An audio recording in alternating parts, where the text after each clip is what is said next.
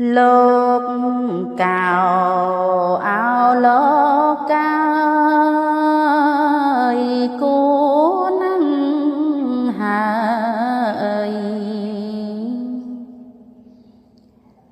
គិតអង្ចារូកាយនៃអាត្មាគ្មានអ្នកណា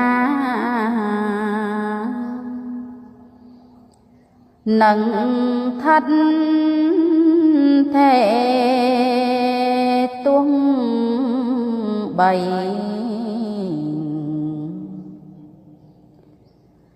អ្នកមានក្រអាក្រក់ល្អ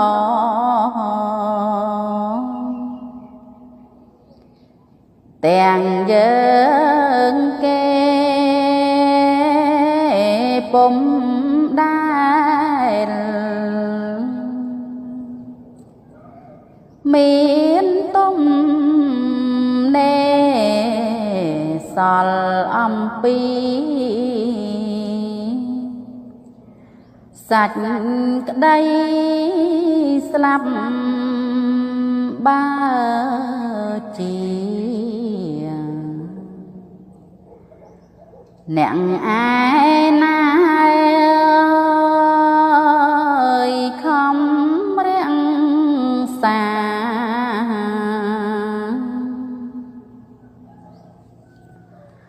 ថែកាន់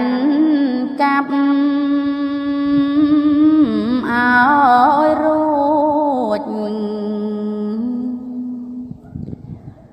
ពីកណ្ដាប់នៃមរណៈ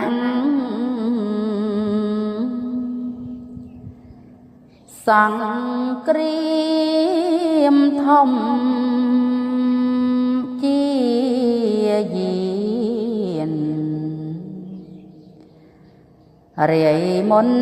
រិទ្ធណែចេញសន្ធិដ្ឋពួនសំងំនៅលើ